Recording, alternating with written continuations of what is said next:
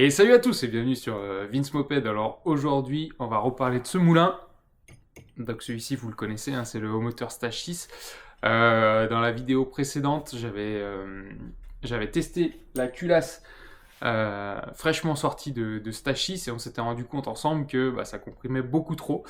Vous avez été beaucoup à me donner des conseils en commentaire, donc je vous remercie. Donc aujourd'hui, on va un petit peu expérimenter ce que vous m'avez recommandé et ce que je pensais aussi, c'est-à-dire caler un petit peu le cylindre à l'embase, histoire de décomprimer tout ça. On va gagner un petit peu en diagramme et avoir un squish plus acceptable. Mais pourquoi je porte ça moi déjà? Et, et du coup, ce que je voulais vous dire aussi, c'est que j'ai fait remonter du coup la problématique à Stage 6. Ils m'ont répondu assez rapidement, donc voilà, je peux vous faire un retour. C'est qu'en fait, déjà, ils me remercient de les avoir alertés sur ce sujet. Et ils se rendent compte que c'est pas vraiment les paramètres qu'ils avaient trouvés lors des culasses de pré-série. Donc voilà, ils vont reboucler de leur côté pour voir, je sais pas s'il n'y a pas une cote qui a été mangée au passage, etc. Mais bon, déjà, je les remercie grandement parce qu'ils m'ont répondu. C'est pris en compte de leur côté. Donc voilà, je sais qu'ils vont bosser là-dessus pour apporter un correctif. Donc aujourd'hui, ce qu'on va faire, on va bosser là-dessus, on va essayer d'avoir des paramètres corrects pour un moteur fiable. Et puis la dernière chose que je voulais vous dire en fin d'intro, c'est par rapport à mes 10 000 abonnés. Voilà, je le répète, merci encore de m'avoir fait atteindre ce palier. Je suis très content et je vous prépare une vidéo que j'ai jamais fait, une vidéo FAQ, donc FAQ foire aux questions, hein, pour ceux qui connaissent pas. Vidéo FAQ ou voilà, faites-vous plaisir dans les commentaires, posez-moi toutes les questions que vous voulez. Donc j'ai lancé le sondage sur YouTube, j'ai fait un post sur Instagram ou dans les commentaires de cette vidéo. Donc surtout n'hésitez pas, lâchez-vous. Moi derrière je ferai un tri dans toutes ces questions et bien sûr je ferai une vidéo complète face cam où je vous répondrai. Donc voilà, allez-y, lâchez-vous. Et dernière chose, si tout ça, ce kit vous intéresse, parce que c'est quand même de la très bonne pièce, hein, qu'on se voile pas la face, même s'il y a des petites choses à adapter, franchement c'est du beau matos. Si jamais ça vous fait plaisir avant les fêtes, si vous voulez vous faire plaisir ou faire plaisir à vos proches, vous bénéficiez toujours d'un code promo de 5% avec le code VinceMoped, voilà, sur tout le site MaxiScoot. Donc allez-y, faites-vous plaisir. Donc voilà, le code c'est VinceMoped, donc à utiliser sans modération. Bref, trêve de blabla, trêve de bonnet, trêve de lunettes. Euh, on va passer, je vais redémonter ça, je vais enlever le vario aussi, ce sera plus simple pour derrière prendre les diagrammes. Et après, on essaye de scaler un petit peu le cylindre pour décomprimer tout ça, et puis on voit ce que ça donne au niveau des paramètres moteurs. Allez, c'est parti! Allez, du coup, je vous montre vite fait ce que j'ai prévu. Donc ça, c'est des pochettes de joints Stachys dont j'avais d'avance. Donc là, je vais me servir essentiellement des joints d'embase. Si je mets une cale, forcément, il y aura un joint en plus à rajouter au-dessus de la cale. Et là, du coup, j'ai choisi... alors ça, c'est une cale d'1 mm. Hop, je le fais avec vous. Ouais, elle fait 0,96, enfin bref. Bref, c'est une cale d'1 mm. Donc j'ai choisi 1 mm parce que pour moi, 0,5 ça allait faire trop juste. Je rappelle qu'on avait un squish à 0,4 mm et un taux aux alentours de 16. Donc 0,5 mm, je ne sais pas si ça aurait assez décomprimé. Donc je pars sur 1 mm, j'espère que ça va le faire. Donc là, vous pouvez le constater qu'elle n'est pas forcément découpée au diagramme, enfin pas au diagramme, au transfert du kit Stachys. Là, je vais faire mes essais, je vais mesurer le taux. Si jamais ça convient, je la réapairerai comme il faut. Donc ça, pour la prise de mesure, ça gêne pas que ce soit pas appairé. Mais après, bien sûr, je le ferai. Voilà, et puis les joints. Donc là, ce que je vais faire, je redémonte culasse et cylindre. Je mets cette cale, je remets un joint, voilà, on pose tout. Je fais mes premières mesures. Les mesures ici qui vont m'intéresser, c'est bien sûr le taux, le squish dans un deuxième temps et vraiment les diagrammes dans un troisième temps. Je sais que les paramètres moteurs vont forcément évoluer avec des diagrammes d'échappement plus hauts qui vont me permettre d'aller chercher plus de tours. Ça va moins comprimer, avoir des diagrammes plus hauts, donc j'aurai moins de pêche. Mais bon, c'était déjà très coupleux, donc ça me fait pas peur. Et en plus, avec l'allumage MVTDD, j'avais retrouvé de la pêche en bas régime. Donc voilà, ça va peut-être s'équilibrer. Mais moi, ce que je veux clairement, c'est un moteur fiable. Et pour ça, je suis obligé de le décomprimer. Donc, eh ben, je vous montre vite fait, on démonte ça. Et puis après, on verra ce que ça donne avec ces nouveaux paramètres. Allez, du coup, je vous montre vite fait. Donc, comme je vous l'avais dit, j'ai enlevé le vario. Ça va bien sûr nous permettre de mesurer les diagrammes. Ici, ouais, normalement, j'avais pas rebloqué la culasse. De toute façon, ça servait à rien. Je savais très bien que j'allais la redémonter. Hop. Donc vraiment, j'espère que 1 mm ça va suffire. En fait, ce que j'ai peur, si vous voulez, c'est de recaler encore plus à l'embase, voire 2 mm, et d'avoir des trucs, des diagrammes vraiment au perché et que ça devienne un truc hurleur. Et moi, c'est un truc que je veux, entre guillemets, pour me balader, quoi. Donc, quand c'est un truc trop hurleur, c'est pas forcément très évident à utiliser au quotidien. Donc, c'est clairement pas le but. Après, si vraiment je trouve pas un bon compromis, la solution, elle va vite être trouvée. C'est que je remettrai la culasse pâle aussi. Donc, c'est aussi une des solutions qui me reste. Hop.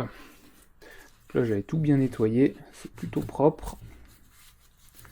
Hop. Donc là, j'espère juste pas déchirer le joint d'embase en sortant. Alors, le joint d'embase, on dirait qu'il est resté. Hop. Ouais. Alors, c'est pas trop mal. Il est resté. Vous voyez, je vous montre. Il est resté sous le cylindre. Alors là, c'est un petit peu. Je sais pas trop quoi faire si je repars sur 2 joints neufs. Sachant que bah, si je pars sur des joints neufs, derrière ils vont se tasser. Bon, là, pour faire les mesures, je vais remettre un joint neuf en bas, la cale, et je vais garder le joint qui est sur le cylindre. Après, je prendrai en compte aussi que j'ai un joint de tassé et pas l'autre. Voilà, j'adapterai peut-être un petit peu. Enfin, je le prends en compte dans mes calculs. Et après, pour être sûr, je pense que je repartirai sur 2 joints neufs. Ce qu'on peut constater, je sais pas si vous voyez très bien à l'image, c'est que c'est plutôt gras, voire très gras. Comme je vous le disais dans la vidéo précédente, j'étais volontairement très riche, comme le demande la notice MVT. Mais là, ouais, pas de problème, c'est bien grassouillé là-dedans. Hop, donc bah écoutez, moi je vais prendre mes joints, ma cale, poser tout ça, et puis après on pourra faire la mesure. Allez, donc ici, comme je vous disais, je remets un joint d'embase neuf. Donc je rappelle, les joints d'embase ils font 0,5 mm.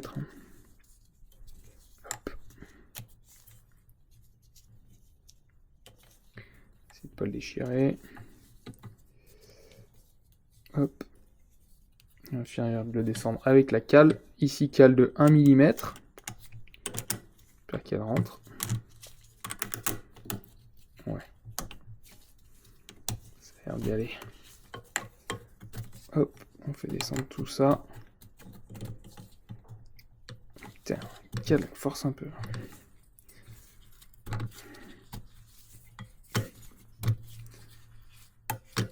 Là.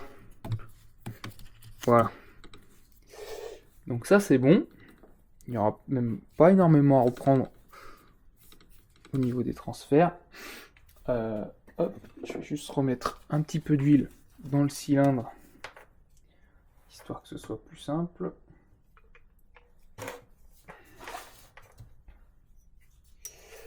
Hop, je vous montre, ça vous connaissez, hein, mais hop, je lubrifie comme ça.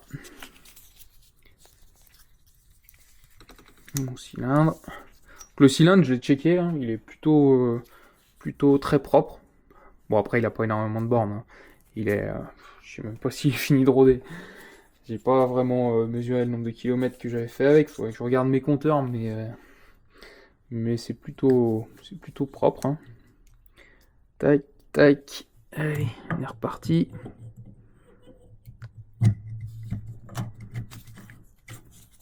Voilà. Donc là, ça va tout seul. On voit forcément que là, au point mort haut, bah, le piston dépasse vachement moins, hein.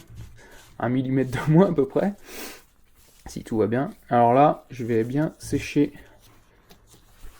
toute ma chambre de combustion, etc. pour éviter de fausser en fait ma mesure. Hop. Parce que forcément, si vous avez du liquide qui reste, et ben ça vous fausse forcément un petit peu la mesure du taux de compression. Voilà, un petit joint de culasse en alu qui lui fait aussi 0,5 mm. Hop.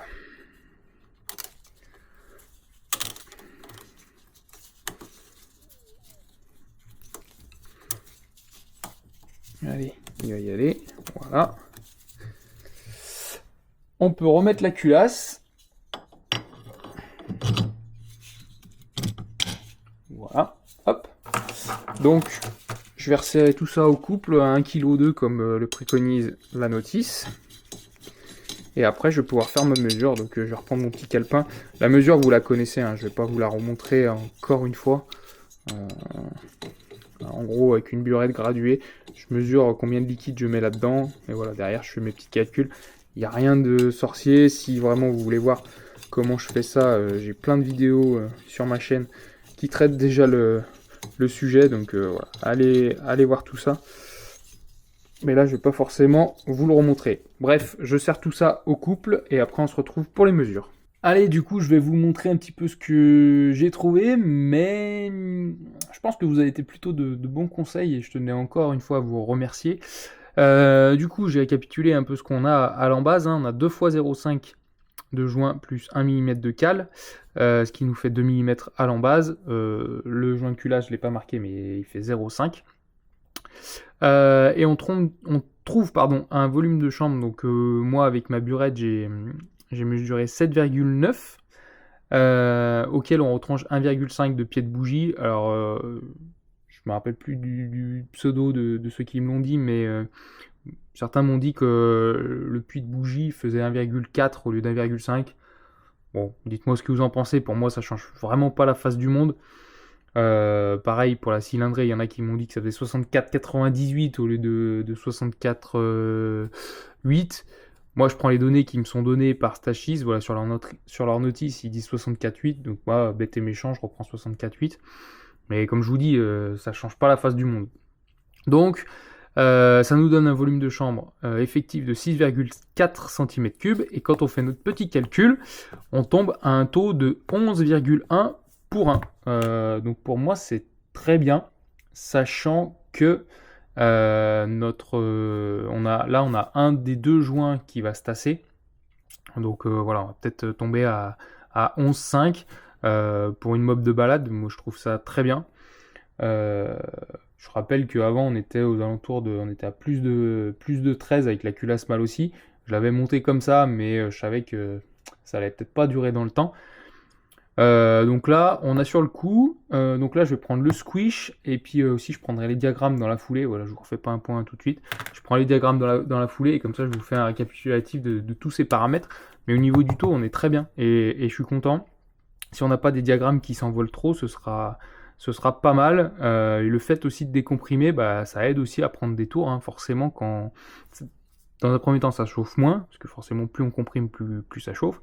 Mais parfois, en fait, quand vous avez un moteur qui comprime trop, certes, vous allez avoir beaucoup de pêche, de gouache, mais ça l'empêche aussi de prendre des tours. Forcément, plus c'est dur à comprimer, plus voilà, ça va être compliqué à ce qu'il prenne des tours. Là, s'il est un petit peu plus libre, entre guillemets, ça va l'aider aussi. Donc voilà, je suis content de cette valeur. Je prends le reste des paramètres et puis je vous refais un point tout de suite. Allez, du coup, je vous fais un petit compte rendu des paramètres que j'ai mesurés. Donc le taux, on avait 11,1 pour 1. Donc ça, on est très bien. Le squish, je savais qu'il allait s'envoler un petit peu forcément, hein, quand on rajoute 1 mm, plus d'1 mm, 1 mm 5 en comptant la cale et le joint, bah forcément, hein, je savais que ça allait s'envoler un petit peu. Donc là, je mesure 1,6 mm. Après, j'ai envie de dire que c'est un des paramètres qui m'intéresse le moins. Je suis inférieur à 2 mm. Alors peut-être que l'effet squish est encore un petit peu présent, mais clairement, c'était pas ma priorité. Et puis au niveau des diagrammes, du coup, côté échappement, bah, on s'envole pas trop. On a 170, on a 172 et on avait 170 avant. Et par contre, au niveau de l'admission, c'est là un petit peu où on gagne le plus, on va dire. J'étais à 115 et je passe à 127. Donc voilà, ça va sûrement être un moteur qui va aller un petit peu plus chercher dans les tours, quoique l'échappement, je vous l'ai dit, il est pas bien remonté. Mais en tout cas, pour moi, c'est des paramètres qui sont bien plus sûrs que ce qu'on avait avant avec un taux à 16 voire plus. Là, je voulais clairement pas le monter comme ça. Donc là, ce qui va me rester à faire, moi, ça va être comme ça que je vais le monter. Dites-moi ce que vous en pensez en commentaire, si ça vous paraît cohérent. Moi, ça me paraît vraiment pas mal. J'attends aussi des nouvelles de Stage 6, voir s'ils vont apporter un correctif à cette culasse et si éventuellement ils vont faire une V2. Et à ce moment-là, bah, ça remodifiera un petit peu mes paramètres, mais bon, on verra. Donc moi, ce que je vais faire, et ce que je vous avais dit en intro de la vidéo, c'est que du coup, je vais retailler comme il faut la cale d'en base pour qu'elle s'appaire vraiment au transfert du kit. Et puis après, je remonte tout, je huile mes joints papier, je mets un soupçon de pâte à joint sur le joint alu, et puis voilà, je referme tout ça, et après, je pourrais remonter ça dans la machine et rouler bien sûr et essayer tout ça quand la météo le permettra, sachant que j'avais toujours pas fini de régler mon allumage aussi MVTDD, donc il y aura aussi des paramètres à modifier de ce côté-là, donc voilà, ça va être une grosse phase de réglage et avec les météos actuelles, c'est clairement pas évident. Ah, et juste pour ceux qui se demanderaient comment je fais pour parfaitement appairer la cale au cylindre, bah, en fait je me sers tout simplement du joint d'en base de Stage 6 que je superpose comme ça.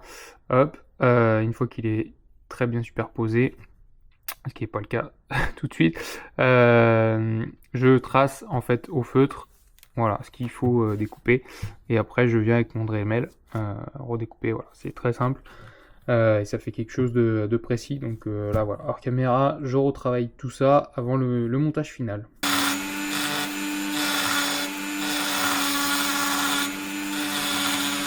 Bon voilà, la cale est à présent prête. Donc vous l'avez vu, le plus gros se fait au Dremel et après je termine à la petite lime à main pour vraiment finir les finitions et finir débavurer. Donc voilà, donc là maintenant si je présente mon joint calqué parfaitement sur la cale, on voit qu'on est plutôt très bien. Voilà, si je tourne de l'autre côté. Voilà, ça correspond tout à fait. Donc là, un petit nettoyage du plan de travail, enlever un petit peu les copeaux d'alu. Et puis après, bah, bien sûr, on va pouvoir passer au montage final de tout ça. Allez, et puis avant de passer au montage définitif, je voulais vous montrer quand même un petit truc. Si je prends le joint, hop, Stage 6, je vous l'ai dit, hop, il fait 0,5. Hein. Voilà, on est à 0,51, 0,5. Voilà, et ça c'est l'ancien que je viens d'enlever du cylindre, du coup que je vais pas réutiliser. Hein. Vous voyez que même s'il a été monté à l'huile, il s'est déchiré. Bref, j'en ai d'avance, c'est pas un souci, mais je voulais vous montrer, hop, une fois monté, 0,23, allez, on va dire, si on dit 0,25, en gros il réduit de moitié quand même. Donc vous voyez, quand vous faites des montages avec des mesures, là on a un taux de 11,1, vous voyez qu'avec deux joints qui vont se tasser de moitié, et ben en fait c'est comme si à l'embase vous aviez 1,5 mm au lieu de 2, donc forcément si déjà de base ça comprime beaucoup, quand vos joints vont se tasser comme ici, bah forcément ça va comprimer encore plus, donc c'est un paramètre à prendre en compte. Bref, bah du coup tout est prêt, hein, le cylindre a été nettoyé, le joint a été enlevé proprement, donc je vais pouvoir passer au remontage de ce haut moteur. Allez, du coup, on est parti. On va commencer par le premier joint d'en base. Hop, donc là, comme je le disais à l'instant, donc moi, à chaque fois, j'huile mes joints comme ça, pour éviter qu'ils collent trop, et aussi, ils gonflent un petit peu, donc on va dire que ça améliore un petit peu aussi l'étanchéité. Hop, un petit peu d'huile de temps, on va pouvoir le glisser. Donc il devient un petit peu plus mou quand on l'huile, il faut faire gaffe à pas le déchirer. Je crois que c'est des joints assez fins. Là ça va, sur du 0,5 on est tranquille, mais des fois on peut avoir des joints de 0,15. Là, pour le coup, ça devient tout de suite très très fragile. Donc là, voilà, lui, il est en place. Hop, la cale, fraîchement usinée. Hop. Donc j'ai repris un petit peu tout à l'heure, elle accrochait un petit peu. J'ai repris un petit peu les trous pour qu'on soit tranquille et qu'elle passe. Hop. Ensuite, on enchaîne avec le deuxième joint, même combat. Hop, de l'huile partout. Alors vous voyez très bien, hein, quand il est huilé, il change légèrement de couleur. Il se fonce légèrement. Donc vous assurez qu'il est bien foncé partout de la même manière. Et on peut passer au montage. C'est toujours la partie des pas de vis un petit peu qui est un petit peu plus délicate. Après, une fois qu'on est sur la partie lisse, on va dire qu'on est sorti d'affaire, entre guillemets. Voilà. Hop. Allez.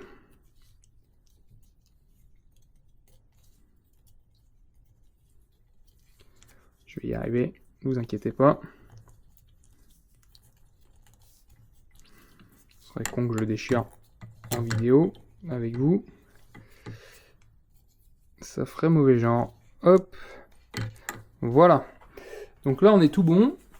Il suffit juste, hop, de rehuiler un petit peu, un petit peu le cylindre. Voilà, pas hésiter. Hein. Là, avec un monosegment, ça va plutôt bien. Avec un bisegment, ça peut être un petit peu plus compliqué. Hop, on huile bien tout ça. Hop là, si je mets un coup dans la caméra, ça va pas le faire. Hop, j'ai mon segment dans l'ergot et normalement, ça va tout seul. Voilà. Bien s'assurer que tout est libre. Là, bah, vous faites tourner le moulin. Là, voilà. Pas de résistance, rien de particulier. Et ce que je vais faire hors caméra, du coup, je mets un soupçon de pâte à joint sur le joint de culasse. Et puis on referme tout ça. On ferme au couple et puis voilà, on sera à la fin de cette vidéo. Voilà, donc comme je vous le disais, le joint de culasse a été mis avec un soupçon de pâte à joint vraiment léger, et puis j'ai bavure entre guillemets sur le côté pour pas que ça dégueule partout à l'intérieur du cylindre. Maintenant, on peut replacer la culasse. Hop. Là. Et remettre, hop là, décidément, aujourd'hui, je fais bouger la caméra, désolé. Hop, du coup, les 4 écrous.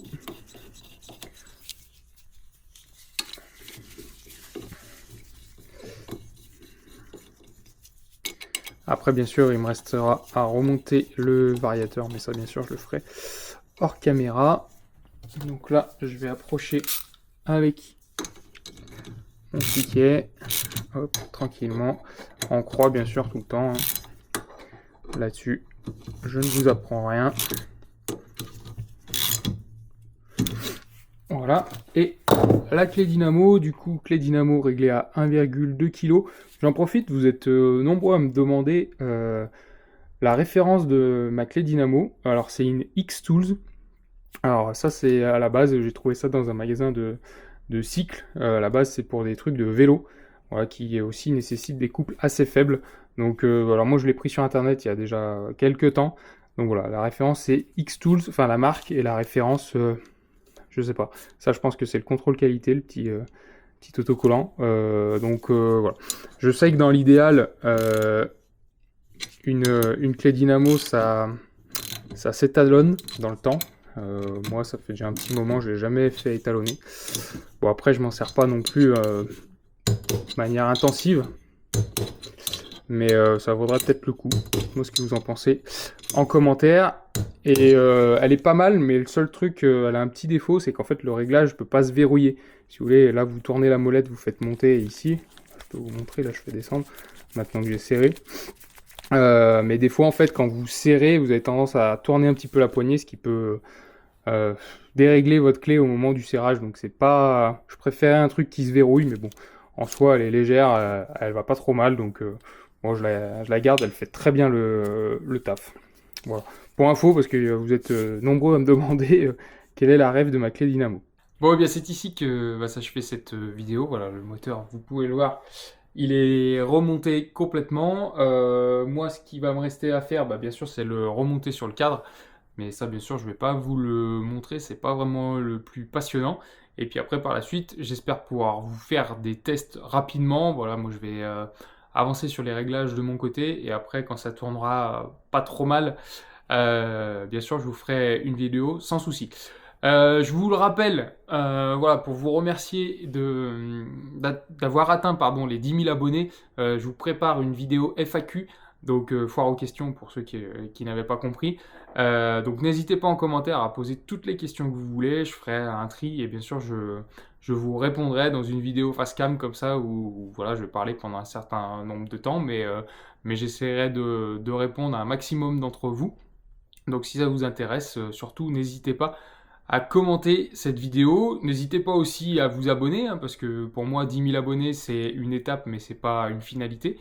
Donc voilà, ça continue, ça prospère et je suis content et j'espère qu'on sera encore très nombreux sur la chaîne.